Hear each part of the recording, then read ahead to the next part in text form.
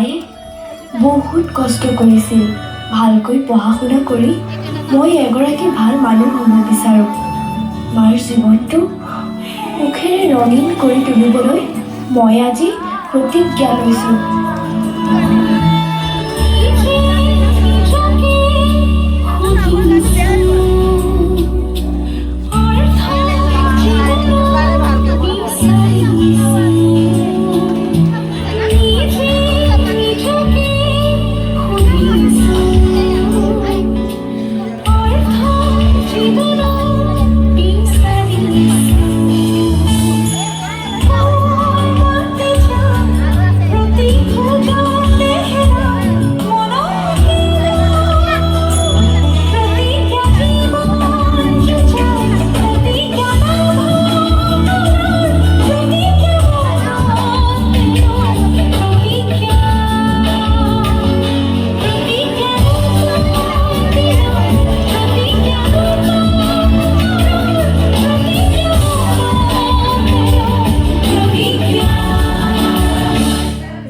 সুকন্যা, মই তোমাক ভাল পাওঁ।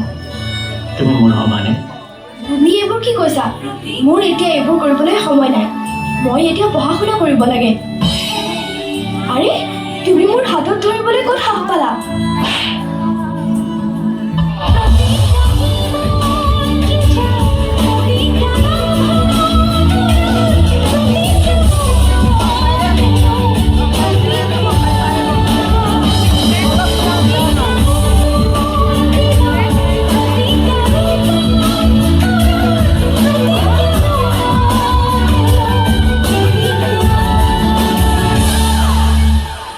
মোৰ প্ৰেমক তাই প্ৰতাৰণা কৰিছে।